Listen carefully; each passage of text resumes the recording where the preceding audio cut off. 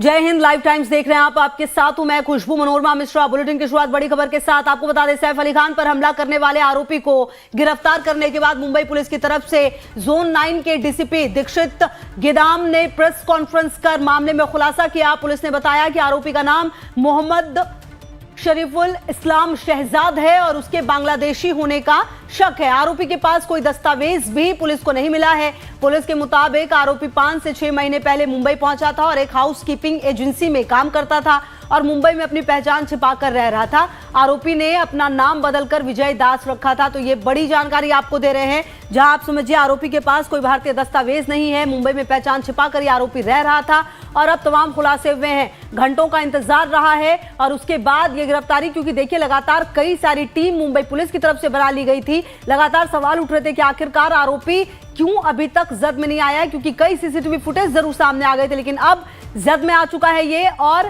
Police ने अब एक प्रेस कॉन्फ्रेंस की है जिसमें कई सारे खुलासे किए गए हैं। एक आरोपी को उसमें अरेस्ट किया गया है।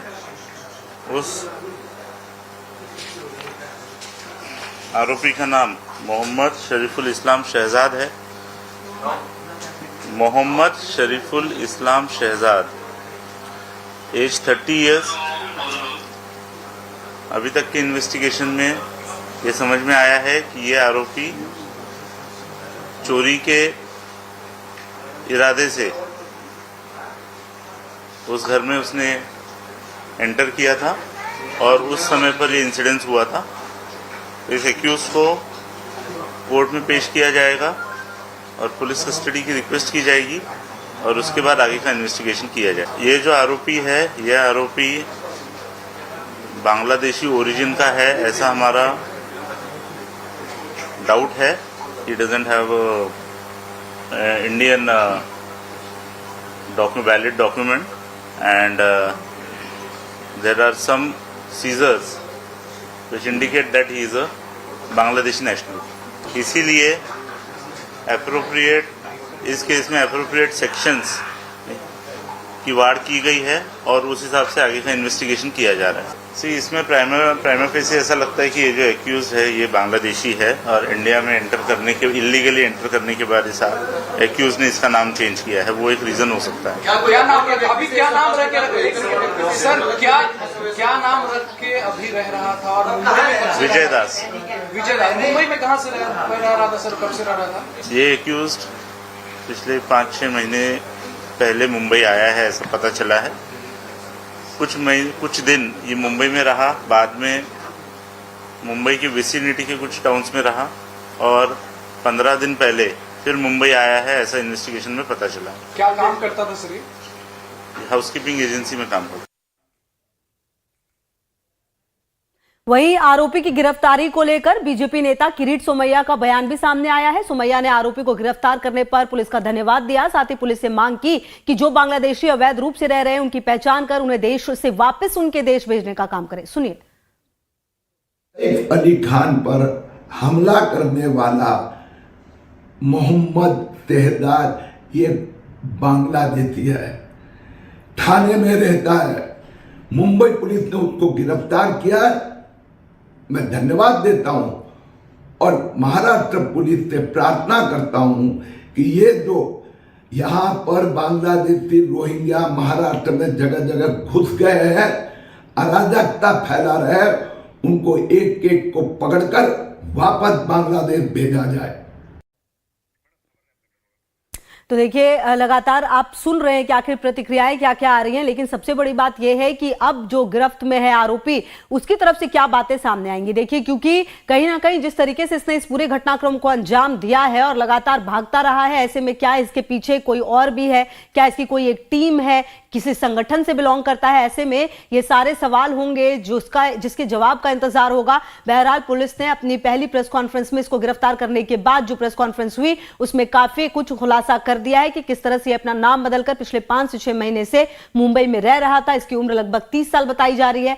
ऐसे में सवाल यह है कि आखिरकार किस मंशा के साथ सैफ अली खान के घर में ये गया था, कितने दिनों से इसकी प्लानिंग थी, और ये तमाम जो सवाल हैं उसका जवाब ये आरोपी ही दे पाएगा। तो बड़ी जानकारी आपको दे रहे हैं, जहां प्रेस कॉन्फ्रेंस की गई, इसको गिरफ्त में लिया गया। आप देखिए सैफ अली खान पर हमला होता है, उसके बाद जो पुलिस की कई सारी टीम बनाई गई और उसके बाद ये जद में आया है आरोपी, जिसके बारे में कई सारे खुलासे जो है वो हुए हैं। सबसे बड़ी बात यह है कि इसके भारतीय होने के कोई दस्तावेज नहीं है। आप समझिए कि ये मुंबई में पहचान छिपा कर रह रहा था और ऐसे में अब प्रतिक्रियाओं का दौर भी लगातार आ रहा है। जैसे कि आप किरीट सोमैया को भी सुन रहे थे, जिनका ये कहना है कि इस तरह के जो लोग अपनी पहचान छुपा कर रख रहे हैं, दूसरे देश के हैं, उन्हें पकड़कर उनके देश भेजना चाहिए।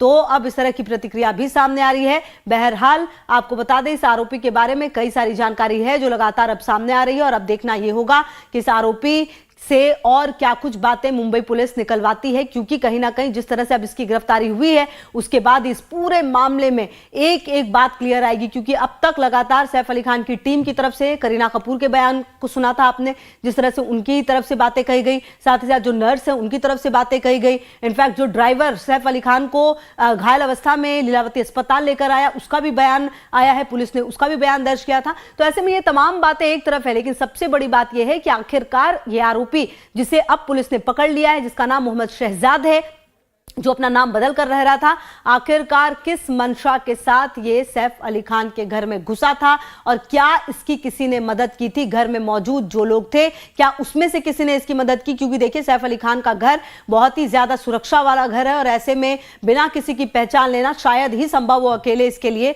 कि उस घर में वो चला जाए। तो ऐसे में अब ये तमाम सवाल होंगे जिसका जवाब तलाशने की कोशिश मुंबई पुलिस की होगी। मुंबई पुलिस की जो टीम लगातार बनाई गई है उनकी होगी। बहरहाल ये बड़ी सफलता आप कह सकते हैं, क्योंकि आरोपी को पकड़ लिया गया है और ऐसे में अब आरोपी से क्या कुछ सच सामने आता है ये देखना अपने आप में बेहद महत्वपूर्ण होगा। तो लगातार हम बता रहे हैं आपको कि किस तरह से ये पूरा मामला सामने आया है। लगातार जो जद में है अब ये आरोपी है और ऐसे में अब बड़ी सफलता है निश्चित तौर पर। अब देखना ये होगा। और देखिए, क्योंकि कहा यह भी जा रहा था कि रेकी भी की गई थी शाहरुख खान के घर की, तो क्या इसने ऐसी कोई रेकी भी की थी? तो ये तमाम सवाल होंगे जो इसके सामने होंगे। और सबसे बड़ी बात यह है कि आखिरकार इसने सैफ अली खान का घर ही क्यों चुना और सैफ अली खान पर इस तरह से हमला क्यों किया? अगर चोरी करने के लिए इरादे से गया था तो ये सारे सवाल हैं जिसके जवाब जो है वो तलाशने की कोशिश होगी और इसका जवाब ये मोहम्मद शहजाद ही दे सकता है, जो कि फिलहाल आरोपी इस पूरे मामले का बताया जा रहा है, जिसके पास कोई भारतीय दस्तावेज नहीं है, जिसके बांग्लादेशी होने का जो शक है वो जाहिर किया गया है। तो ऐसे में अब ये तमाम बातें जो हैं वो एक एक कर खुलेंगी। लेकिन आप देखिए कि इस पूरे घटना ने कई सारे सवाल जो हैं वो जरूर उठा दिए हैं, क्योंकि जिस तरह के इलाके में सैफ अली खान रहते हैं वो इलाका अपने आप में काफी ज्यादा सेफ माना जाता है। और अभिषेक शर्मा हमारे सहयोगी ज्यादा जानकारी के लिए इसी खबर पर हमारे साथ ग्राउंड जीरो से हमारे साथ जुड़े। अभिषेक, देखिए आप लगातार ग्राउंड जीरो से एक एक तस्वीर हमें सबसे पहले दिखा रहे थे, हमने लगातार वो तस्वीरें भी दिखाई जब वो घूमता फिरता नजर आया था। फाइनली अब ये गिरफ्त में है और सबसे बड़ी बात अभिषेक कि इसके बांग्लादेशी होने का शक जताया जा रहा है, इसके पास कोई भारतीय दस्तावेज नहीं है। अभिषेक,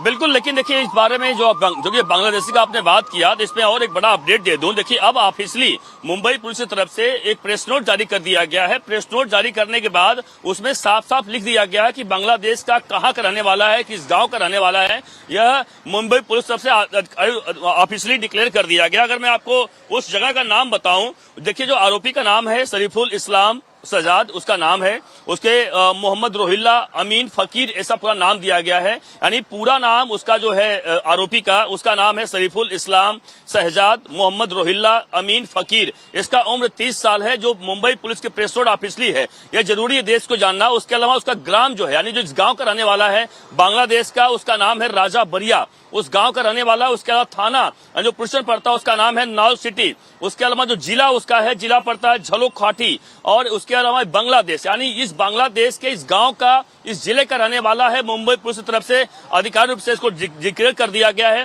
यानी ये बांग्लादेशी है। बांग्लादेशी ने, जो कि पुलिस ने साफ साफ कह दिया कि 5 से 6 महीना पहले यह भारत में घुसा। भारत में घुसकर यह इस तरीके से मुंबई में अपने नाम बदल कर रह रहा था और नाम बदल कर रहने के बाद इस तरीके से पहला, जो कि पुलिस से पूछा गया कि आखिरकार सैफ अली खान के घर क्या पहले भी गया था क्या, तो डीसीपी ने साफ साफ कहा कि पहले नहीं किया था, पहला अटेम्प्ट था, पहली बार गया और वह चोरी करने के इरादे से ही गया था और उसके ऊपर वहां पर सैफ अली खान पर हमला किया है। देखिए सैफ अली खान वाले मामले पर जो एफआईआर दर्ज की गई है उसमें कई गंभीर धाराएं लगाई गई हैं। जो बीएनएस की धारा है उसके तहत जो एफआईआर क्रमांक है 85 2025 यानी ये FIR नंबर है और उसमें जो सेक्शन लगाए गए हैं वह लगाए गए 311, 312, 331 की धारा 4 उपधारा, उसके बाद 331 और उसके अलावा 331 या जो अलग अलग सेक्शन है उसमें 6 सब सेक्शन 6 ऐसे लगाए गए हैं। उसके अलावा 331 सब सेक्शन 7 यह लगाए गए। उसके अलावा इसके ऊपर जो बड़ा सेक्शन और लगाया गया है जो कि भारत में गलत तरीके से घुसा है,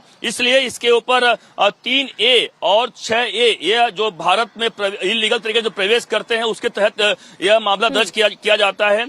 और इसके तहत इतना ही नहीं बल्कि साथ एक और सेक्शन लगाया गया 3A 14 यह सेक्शन के तहत यह मामला दर्ज किया गया है। यानी बता रहे कि किस तरह से ये तमाम चीजें लगी, लेकिन मेरा एक सवाल ये है कि क्या इस आरोपी ने अपना गुनाह कबूल कर लिया, और दूसरी बात ये आखिरकार कब पता चलेगा अभिषेक कि इसकी मंशा क्या थी और आखिरकार इसने सैफ अली खान का ही घर क्यों चुना, और क्या कोई घर के अंदर का व्यक्ति मौजूद था जिसने इसकी मदद की थी? इन तमाम सवालों के जवाब कब तक मिल सकते हैं अभिषेक?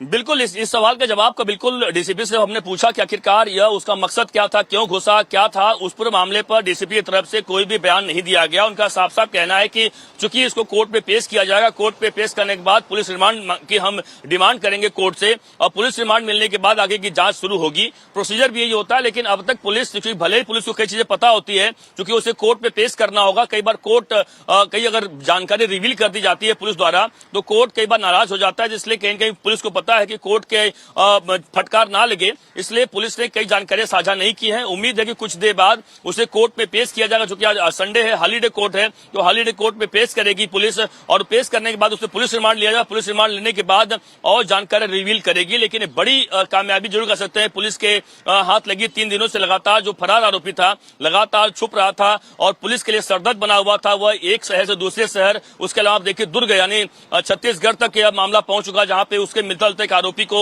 डिटेन किया गया।